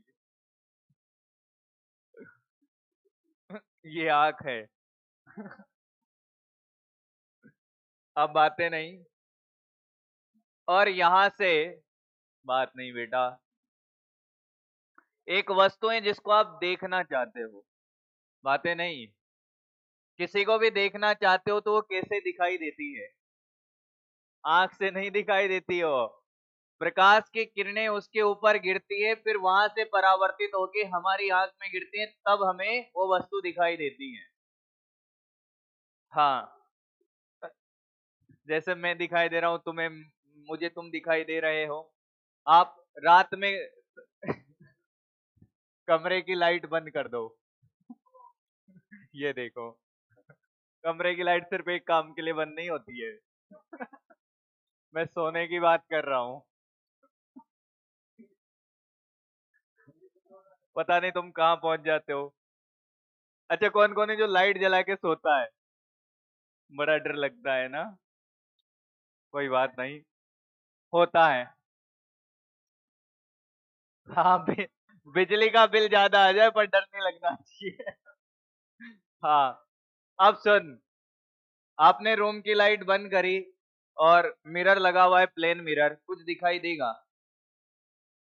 आपने मोबाइल की टॉर्च जला ली और टॉर्च का मुंह किधर कर दिया आपने, मिरर की तरफ, जैसे यहां से टॉर्च जलाए और ऐसे कुछ दिखाई देगा। पर वही टॉर्च आपने अपने ऊपर डाल ली तो आपको अपना चेहरा दिखाई देगा। इसका मतलब हो क्या रहा है कि लाइट आते हैं पहले उस ऑब्जेक्ट पे गिरती है, फिर क्या हुआ कि दर्पण पे गिरी और दर्पण से परावर्तित होकर हमारी आंख में गिरी, तब जाके हमें दिखाई दिया। तो कोई भी ऑब्जेक्ट कब दिखाई देगा कि लाइट उस ऑब्जेक्ट पे गिरनी चाहिए और वहां से टकरा के हमारी आंख में आएगी, तब हमें ऑब्जेक्ट दिखाई देगा। ऐसा नहीं हो रहा होता तो बंद कमरे में बंद लाइट के अंदर टॉर्च आप अगर दर्पण की तरफ जलाते तब भी आप दिखाई देने चाहिए थे। मतलब बात ऐसी हुई कि यहां से एक किरण ऐसे आई होगी और एक किरण ऐसे आई होगी इस वस्तु से, तो ये वस्तु हमें दिखाई दे रही होगी। आगे कोई दर्पण नहीं लगा हुआ है, पर अगर मैं एक समतल दर्पण लगा दूं, एक समतल दर्पण लगा दिया यहां से a दूरी पर या u दूरी पर, u क्या है, u वेग नहीं है, प्रारंभिक वेग, u दूरी है वस्तु की, कहां से, दर्पण से। अब ये जो पहले किरणें हमने भेजी थी इनको भूल जाते हैं, अभी हम परावर्तन का खेल खेलते हैं कि साहब यहां से अब इसका प्रतिबिंब कैसे बनेगा। प्रतिबिंब बनाने के लिए एक किरण, दो किरण या अनंत किरणें, अनंत किरणें होती हैं जिम्मेदार। पर हम प्रतिबिंब बनाने के लिए कम से कम कितनी किरणें लेते हैं, दो किरणें। कितनी लेते हैं, दो किरणें। तो यहां से एक किरण हमने ऐसे डाली ये, और यहां पे हमने क्या खींचा, अभिलंब खींचा साहब। तो ये थीटा कोण पे गिरी तो परावर्तित भी कितने कोण पे होगी, थीटा कोण पे। इतने ही कोण पे ये क्या हो गई, परावर्तित हो गई। ठीक है, हमने कहा एक और किरण चाहिए भाई, तो एक किरण हमने सीधी डाल दी है, क्या ये सीधी की सीधी चली जाएगी, क्योंकि आपतन कोण कितना है अभी, 0, 90 नहीं है, 0 है। अभिलंब है 90 पे, तो अभिलंब से कोण नापा जाता है, तो ये सीधी चली गई इधर, तो ये ऐसे चली गई। क्या ये दोनों कहीं मिलेगी, कहीं नहीं मिलेगी। तो फिर इनको क्या किया जाएगा, पीछे बढ़ाया जाएगा ऐसे, डैश डैश डैश, और जहां मिलेगी वहां क्या बनेगा, इमेज। जहां रियल में मिलती है रेज वहां बनता है रियल इमेज। क्या ये वास्तव में दोनों कहीं मिल रही है, तो ये डैश डैश क्या आभासी किरणें मिल रही हैं, तो कौन सा प्रतिबिंब बनेगा, आभासी प्रतिबिंब। अच्छा, अगर ये कोण थीटा है और ये भी थीटा है, तो क्या ये भी थीटा होगा, क्या ये भी थीटा होगा। ये डिस्टेंस कितनी है, v, u और v में क्या संबंध होगा, टेन थीटा लगा ले। अरे ये वाली दूरी को कुछ भी मान ले, h मान ले, इसको क्या मान ले, h। तो इस वाले और इस वाले त्रिभुज में टेन थीटा लगा यार, लंब बटे आधार, और इधर भी लंब बटे आधार, क्या v बराबर u है। पहला पॉइंट जो आपने सीखा कि समतल दर्पण में जितना वस्तु की दूरी होती है दर्पण से, उतना ही प्रतिबिंब की दूरी होती है। u बराबर क्या होता है, v। अगर मैं 2 मीटर की दूरी पे खड़ा हूं तो मेरा प्रतिबिंब बन रहा है 2 मीटर पे, और कहां बन रहा है, पीछे। पीछे मतलब आभासी, क्या बन रहा है, आभासी। यानी कि समतल दर्पण में जो प्रतिबिंब बनेगा वो आभासी बनेगा, क्या बनेगा, आभासी बनेगा, और उतनी दूरी पर बनेगा जितनी दूरी पर मैं खड़ा हूं। अच्छा सर, दो ही किरणें आपने भेजी, कोई तीसरी किरण होती क्या, वो भी पीछे मिलाने पे यही मिलती या कहीं और मिलती, मुझे नहीं पता कहाँ मिलती, मिला के देख लेते हैं। यहां से एक किरण ऐसे भेज दी, यहां से ये θ1, और ये ऐसे आएगी θ1 पे। क्या कहानी क्लियर है। तो जब पीछे मिलाएंगे तो इस बात की क्या गारंटी है कि ये पीछे वहीं मिलेगी, गारंटी है, क्योंकि ये त्रिभुज और ये त्रिभुज जो बनेगा वो अभी भी क्या होंगे, समरूप त्रिभुज। क्योंकि ये θ1 है तो ये भी कितना होगा, θ1, और ये जहां पर भी मिलेगी ये वाला कोण भी कितना होगा, θ1। क्योंकि जो भी त्रिभुज बनेगा वो कैसा बनेगा, समरूप त्रिभुज। तो सारे किरणें कहीं पर भी आए, कहीं पर भी आप किरण गिराओ, परावर्तन के बाद वो सभी कहां मिल रही होगी, एक ही बिंदु पर। कहां मिल रही होगी, एक ही बिंदु पर। क्या कहानी समझ आई है। अब आपसे ये कहा जाए कि वैसा ही क्यों दिखाई देता है जैसा होता है। क्या प्रतिबिंब बनने के लिए 1 2 3 किरणें की अनंत किरणें दी। तो अगर ये दर्पण नहीं होता तो इस वस्तु से किरणें ऐसे आ रही होती, कैसे आ रही होती, ऐसे, अरे आ रही होती ना। तो कोई ऐसी भी तो किरणें हो सकती, अनंत किरणें आ रही होगी टकरा के। अरे कोई ऐसी भी तो किरणें हो सकती थी कि साहब ये किरण है, या कोई सी भी दो किरणें ऐसी भी तो हो सकती जो इस पाथ को फॉलो कर रही होती। अरे यहाँ तो अनंत किरणें हैं। अरे हाँ या ना। जो दर्पण के टकराने के बाद आपको 1 2 3 ये किरणें दिखाई दे रही है, दर्पण नहीं होता तो हमें ये दो किरणें बना देते हम, या ऐसे बना देते या ऐसे बना देते। तो दर्पण से टकराने के बाद ये वाली किरणें भी तो आ रही होगी। क्या ये वैसे ही आ रही है जैसे टकराने के बाद आ रही है। भाई पहले ऐसे आ रही है, टकराने के बाद भी क्या ऐसी किरणें आ सकती हैं। इसलिए हमें वैसा ही दिखाई देता है जैसा होता है, और वो सिर्फ किसमें, समतल दर्पण, क्योंकि समतल दर्पण में परावर्तन के बाद भी वो वैसी किरणें भेज सकता है जो बिना परावर्तन के आ रही थी। दूसरे दर्पण नहीं भेज पाएंगे। वो क्या है, या तो ऐसा होता है तो उसको बोलते हैं क्या हम, अवतल, और इधर से देखते हैं तो उत्तल। तो उनमें किरणें एक समान रूप से नहीं आती हैं, अलग अलग कोण पे बढ़ जाती है परावर्तन के बाद। अब सीधी सी बात है कि वैसा इसी में दिखाई देता है। पहला पॉइंट हमने ये सीखा कि दर्पण से वस्तु की दूरी और प्रतिबिंब की दूरी क्या होती है, बराबर। प्रतिबिंब कैसा बनता है, आभासी। अच्छा, दूसरी बात, अगर आपसे ये कहूं कि मैं इस दर्पण को लंबा कर दूं या इस दर्पण को यहां से छोटा कर दूं, ये ले, क्या प्रतिबिंब अभी भी वहीं बनेगा, हाँ या ना? प्रतिबिंब का बनना दर्पण की लंबाई पे निर्भर, इतना सा दर्पण होगा उसमें भी प्रतिबिंब बनेगा। आप इस प्रतिबिंब को बहुत बड़ा कर दो तब भी प्रतिबिंब दर्पण को इतना बड़ा कर दो तब भी प्रतिबिंब बनेगा। एक और बात हमने ऑब्जर्व करी क्या, कि साहब ये दर्पण था और ये ऑब्जेक्ट यहाँ था, अगर ये 2 मीटर की दूरी पर है तो इमेज भी कहाँ बनेगा, 2 मीटर की दूरी पर। ये वस्तु यहाँ से यहाँ चली जाती तो इमेज यहीं रहता कि यहाँ आ जाता। मैं यहाँ खड़ा हूं, मेरा प्रतिबिंब कहाँ बन रहा है, यहाँ, यहाँ चला गया तो क्या मेरा प्रतिबिंब भी यहाँ आ गया? यानी कि ये जो बात हमने ऑब्जर्व करी कि जो इमेज बनता है वो दोनों को मिलाने वाली रेखा जो दर्पण की लंबाई के क्या है, लंबवत है, उस पर बनता है। तो 3 पॉइंट देख, तेरे को बिना रे डायग्राम के सब कुछ सिखा दूंगा प्रतिबिंब बनाना। समतल दर्पण में वस्तु की दूरी और प्रतिबिंब की दूरी क्या होती है, बराबर। प्रतिबिंब का बनना दर्पण की लंबाई पे निर्भर।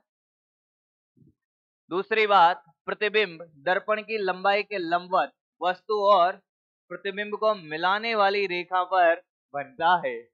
अरे हाँ या ना? सोने वालों को सोने दो, उनका मैं कुछ नहीं कर सकता, पता नहीं क्या मेहनत करते हैं रात में ऐसी।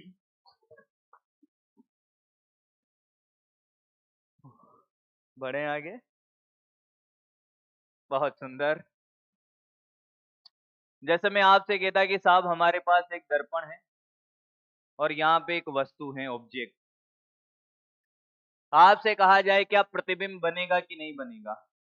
दर्पण इतना सही है, ए बी लंबाई का, प्रतिबिंब बनेगा कि नहीं बनेगा?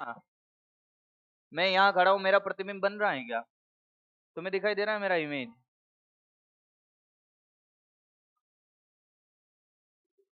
अबे उसको दिखाई दे रहा है, सच में दे रहा है। अब ये देख, देखने की चाहत में है, पता नहीं मैं ही दिखूंगा, कुछ और नहीं दिखेगा।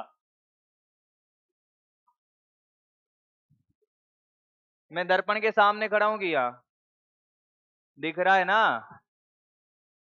तो यही तो बोला था कि प्रतिबिंब का बनना दर्पण की लंबाई पे निर्भर। तो आपको प्रतिबिंब बनाना है साहब, तो लंबाई छोटी पड़ गई तो लंबाई बढ़ा दे। बढ़ गई, डैश कर दे, क्योंकि तुझे प्रतिबिंब बनाना है। यहां से एक अभिलंब खींच दे, जितनी दूरी ये है उतनी दूरी पे ये इमेज बन गया तेरा, खत्म, तेरा प्रतिबिंब बन गया।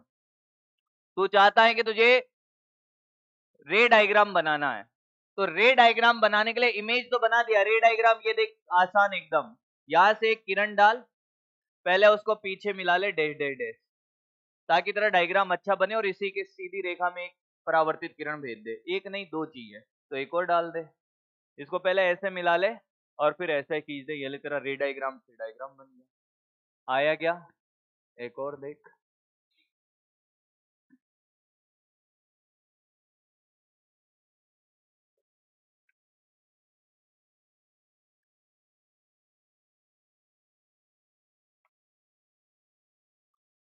60 डिग्री पर है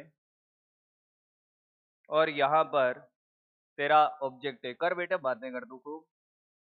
2 मीटर पर, 2,0 पर ऑब्जेक्ट है। इमेज कहाँ बनेगा, 60 नहीं देखे 30 दे दूं? यस, 30 ले ले। प्रतिबिंब बनेगा कि नहीं बनेगा? बनेगा तो प्रतिबिंब के निर्देशांक क्या होंगे? ऑब्जेक्ट ये रहा ना, ये रहा ऑब्जेक्ट। ये ऑब्जेक्ट है। बिंदु वस्तुओं की बातें कर रहे हैं, लेंथ वाले ऑब्जेक्ट की भी बात नहीं करी हमने। क्या है 2,0 पर प्रतिबिंब बनेगा या नहीं बनेगा? प्रतिबिंब बनेगा कि नहीं? बनेगा ना? बहुत बढ़िया बेटा, कांच ऐसे देख के आता है उल्टा। वाह, क्या दिख रहा हो। क्योंकि बातें कर रहा था, मुझे पता है, इसलिए डायरेक्ट बना दिया तूने। कल भी किसी को बना रहा होगा। अरे गधा, प्रतिबिंब नहीं बनेगा। मैं इन गधों के लिए बनाया ये बना देंगे, ये कुछ भी बना सकते।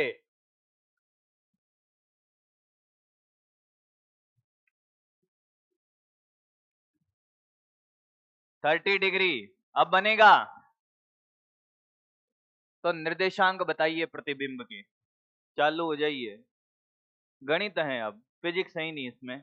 चालू हो जाओ, रफ कॉपी रखना पूरी रे और वे ऑप्टिक्स में, क्वेश्चन ही क्वेश्चन है। कॉन्सेप्ट तो एक छोटा सा है जो बता दिया, प्लेन मिरर पे क्वेश्चन ही क्वेश्चन होंगे।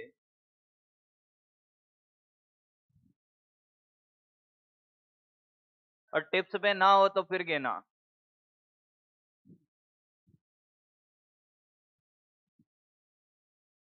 आज तो वैसे भी समय कम पड़ गया मुझे, इतनी देर थोड़ी लगती है। प्रतिबिंब कहाँ बनेगा पहले ये बता। यहां से एक अभिलंब डालेगा ना। करो करो करो।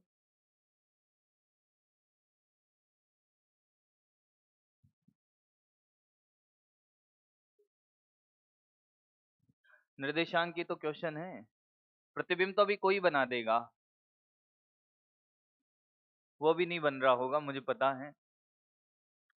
रे डायग्राम से बनाएंगे, क्योंकि बचपन से हमने रे डायग्राम से बनाया है। तो रे डायग्राम से तुम सिर्फ बोर्ड कर सकते हो, वहां चित्र बनाना नहीं पूछा जाएगा। वहां पे ऐसे क्वेश्चन पूछे जाते हैं। अब इनको डायग्राम वो बनाना नहीं आ रहा। प्रतिबिंब यहाँ से एक अभिलंब डाल बेटा, इसको मिलाने वाली और दर्पण की लंबाई के लंबवत रेखा पे बनता है। जितनी दूरी होगी उतनी दूरी ये होगी ना। तो यहां से क्या खींच दे, ये लंबवत नहीं है दर्पण की लंबाई के, ये लंबवत है। यहाँ पे बना इमेज। तो मुझे एक बात बता कि ये इसको मिला दे, कलर अलग ले ले और ये ले। तुझे नजर नहीं आता कि ये दूरी x होगी तो ये भी क्या होगी x। तो ये कोण 30, तो ये 30 नहीं होगा। और ये अगर 2 मीटर है तो तुझे नहीं लगता ये 2 मीटर नहीं होगी। समरूप त्रिभुज नजर नहीं आ रहे? तो हो गया खेल। अब क्या था कि ये यहां से इसके निर्देशांक निकालने हैं ना, तो ये कौन है 2 मीटर, ये इमेज, और ये कोण कितना है यहाँ से 60 डिग्री। अरे ये टोटल कोण कितना है? ऐसे मत देख, गणित है अब। तो इसका एक घटक होगा इधर, x बराबर तो 2 cos 60 और y बराबर 2 sin 60। पता नहीं क्या कर रहा है। 1/2 क्या? 1। और ये कितना? 2 × √3/2। अभी इसका वैल्यू मत पूछ लेना सर की। 1, √3 आया क्या? किसी को कोई तकलीफ है? एक दूसरे का टीप रहे हैं। अगला आगे बढ़ते हैं। एक और कर दे तेरे और मेरे मन की शांति के लिए। वही कर रहे हैं। बहुत सुंदर। 45 डिग्री पर हैं। ऑब्जेक्ट यहां पर है 4 मीटर पर। इमेज के निर्देशांक बता दे। प्रतिबिंब तो बनेगा ना? बिल्कुल बनेगा। प्रतिबिंब के निर्देशांक मैं तो सोच के आया था बहुत सारा पढ़ा दूंगा, पर मैं सच्चाई बताऊं, मैंने सिर्फ 2 ही क्वेश्चन कराए हैं। प्रतिबिंब बनाना सिखाया और उसके 1-2 क्वेश्चन। वो अलग बात है कि बेसिक वाली चीजें थोड़ी ज्यादा थी।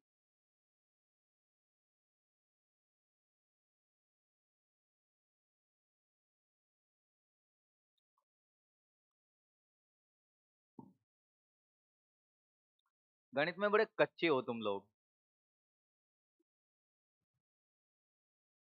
अरे गधों 4 ही आएगा। 0, -4। अगर ये x अक्ष है और ये y अक्ष है तो 0, -4। ये 45 तो ये भी 45, तो ये 4 होगा तो ये भी कितना होगा 4। अरे 45 तो 45 तो यही बनेगा ना इमेज। पता नहीं क्या कैलकुलेशन कर रहे थे। अंट संट लगा रहे बस, कुछ भी। बैठे रहे।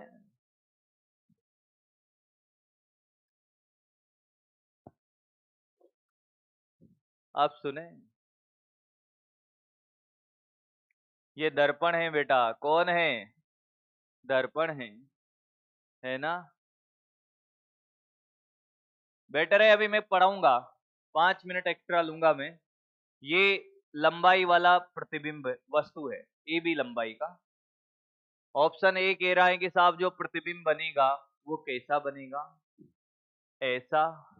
बी ने कहा ऐसा, सी ने कहा ऐसा, और डी ने कहा ऐसा। सॉरी, ए वाले हाथ खड़ा करें। प्रतिबिंब के ऑप्शन है वो ये ऑब्जेक्ट हैं, ए वाले, बी वाले, बी बी, सी वाले, सी। अपना अपना कॉन्फिडेंस है, अपने अपने आंसर। डी वाले। बहुत बढ़िया। सी वाला कौन था? वाह, बहुत बढ़िया बेटे। ए वाला कौन था? बी वाले। बी एकदम सही। सही है। अरे बड़ा आसान था भाई, इनको बिंदु बना लेना तो इतनी दूरी पर इसका बी का इमेज बन जाएगा, ये बी डैश। और ये दूरी जितनी है उतनी दूरी पर इधर बन जाएगा ए डैश। दोनों को मिला दे। अच्छा, हम ऐसे झुकते हैं ना। तो इमेज हमारी तरफ नहीं, उल्टा झुकता। ये ए वाले जो थे। अरे गधों, तुमने कांच में शक्ल नहीं देखी तुम्हारी कभी? आप इसकी तरफ झुकोगे तो वो भी आपकी तरफ ही झुक रहा होगा। कॉमन सेंस है ही नहीं तुम्हारे पास भाई।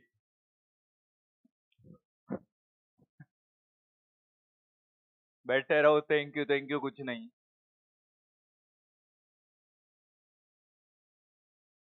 ये मिरर है जिसकी लंबाई साहब डी है।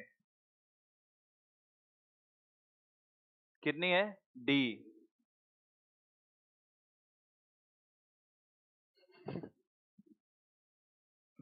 यहां से कछुआ चलना स्टार्ट करता, टर्टल, वी वेग से। जैसे यहाँ पे ये दर्पण है, मैं यहां से चलना स्टार्ट करता हूं और मैं कितने समय के लिए अपने प्रतिबिंब को देख पा रहा हूं, वी वेग से चलूं तो ये कछुआ कितने समय तक अपने प्रतिबिंब को देख पाएगा। खुद की बात कर रहा हूं, मतलब कछुआ को, तुम नहीं कि मैं चल रहा हूं तुम देख रहे हो मेरा प्रतिबिंब, उसकी बात नहीं कर रहा, खुद की। क्वेश्चन है कि कछुआ कितने समय तक अपना प्रतिबिंब देख पाएगा। बोलिए। देख पाएगा। बैठे रहें, जाने का सोचना ही मत अभी। सीखना है अभी, बहुत सारे छोटे छोटे क्वेश्चन है जिनको मैं चाहता हूं करा दूं। बताइए कितना। क्या जब मैं यहाँ हूं मेरा प्रतिबिंब मुझे दिखेगा? मैं एग्जैक्टली इसके सामने आऊंगा तब मुझे मेरा प्रतिबिंब दिख रहा है, और जब मैं यहाँ चला जाऊंगा तो यहाँ तक दिख रहा है, इसके आगे नहीं दिख रहा। मतलब मैं कौन से लंबाई देख सकता हूं? जिस रास्ते में मैं चल रहा हूं वहां से एक लंबवत रेखाएं खींचिए, इतनी दूरी तक ही मैं प्रतिबिंब देख सकता हूं। तो समय दूरी बटा वेग। क्या आसान था? अब और देख, थोड़ा सा मॉडिफाई करते हैं, बात मत कर लेना।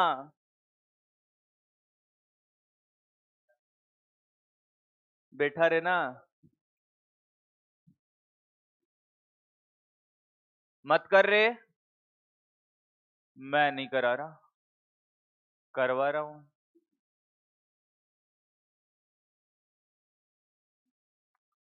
ये ए, ये बी और डी लंबाई का दर्पण है, बातें नहीं। अब कछुआ ऐसे चलेगा थीटा कोण वाली लाइन पर, यहां से वी वेग से। क्वेश्चन अभी भी भाई, चलिए, कितने समय तक वो अपना प्रतिबिंब देख पाएगा? जा कहां रहा है? इस रेखा में चल रहा है ऐसे, यहां जा रहा है इधर, कछुई से मिलने जा रहा है, जा कर रहा है D by V cos theta. और कोई? अरे थोड़ी अक्ल के साथ पेन भी चला लो गधों।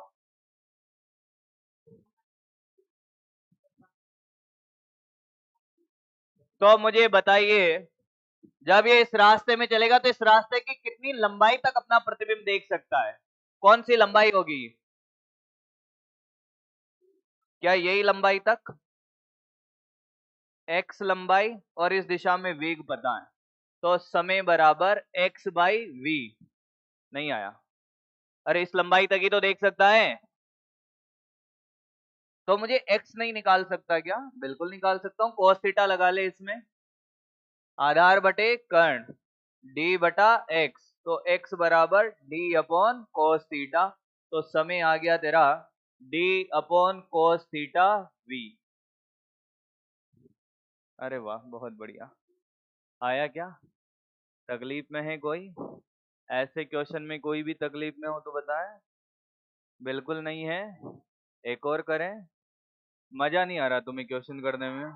ये देखो, इनको बाहर जाने की शक्ल ऐसी बना रहे हैं कि अरे मास्टर छोड़ दो भाई, बाहर कोई है भी नहीं जिससे तुम मिल पाओ। क्या कह रहा है? तो आप सुनिएगा, आपको क्या क्या करना है, कहां तक पढ़ा है, मतलब कहां तक लिखवाया? लिखवाना है यार ये तो पूरा। बाकी क्वेश्चन तो आप कर लोगे। इस समतल दर्पण के 2-3 पॉइंट लिखवाने की साहब, दर्पण से प्रतिबिंब की दूरी और वस्तु की दूरी बराबर होती है, लिख लो, लिख लो। तो 2-4 पॉइंट लिख लो, तो डायग्राम बनाने की जरूरत नहीं है, बिना डायग्राम के सारे क्वेश्चन होंगे आपके। पहला पॉइंट लिखे, u बराबर v, u बराबर v लिखे, प्रारंभिक वेग बराबर अंतिम वेग ना, नहीं ना, u बराबर v, उसको आप लैंग्वेज में लिख लेंगे कि u क्या है? वस्तु की दर्पण से दूरी, और v क्या है? प्रतिबिंब की दर्पण से दूरी। लिख लीजिएगा उसको। ये डीपीपी किसका है बेटे? हाँ, u बराबर v, वो लैंग्वेज आप लिख लेना अपने हिसाब से। दूसरा, u क्या है? v क्या है भाई? अंतिम वेग है। अरे प्रतिबिंब की दर्पण से दूरी है ना, u है वस्तु की दर्पण से दूरी, v प्रतिबिंब की हाँ सही है ना, तो सही बोल रही तू। अगला लिखे हैं, अगला लिखे हैं, प्रतिबिंब का बनना दर्पण की लंबाई पे निर्भर नहीं करता। प्रतिबिंब का बनना दिखना करता है, बनना नहीं करता है। तो हमें जो पॉइंट लिखना है वो सब सिखाऊंगा, चिंता ना करिए। प्रतिबिंब का बनना दर्पण की लंबाई पर निर्भर नहीं करता।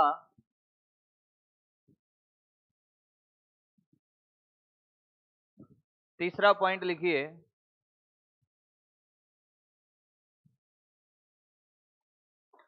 प्रतिबिंब दर्पण की लंबाई के लंबवत, प्रतिबिंब दर्पण की लंबाई के लंबवत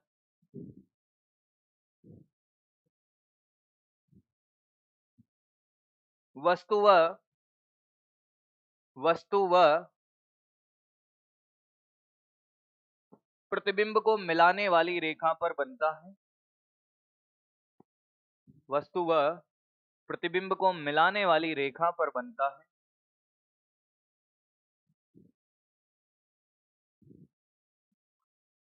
तो ये 3 पॉइंट आपका ये पूरा डायग्राम से बचा लेगा, कुछ नहीं बनाना है डायग्राम भी, ये तीनों पॉइंट्स आपके सारे क्वेश्चन हो जाएंगे, नहीं बनाना है डायग्राम वो। ये एग्जाम्पल 1 जो घर से कॉपी करना है, ज्यादा कुछ नहीं है। 2 ये सब छोटे छोटे एग्जाम्पल है, आप कॉपी कर सकते हो, इनमें कोई बड़ी बात नहीं है। ये कछुए का समय निकाल सकते हो, ये और वो सब। चलो बहुत है, मुझे लगा था कि पढ़ाना चाहिए, एक और क्लास मिलती तो मजा आ जाता आज ऑप्टिक्स को पढ़ाने में।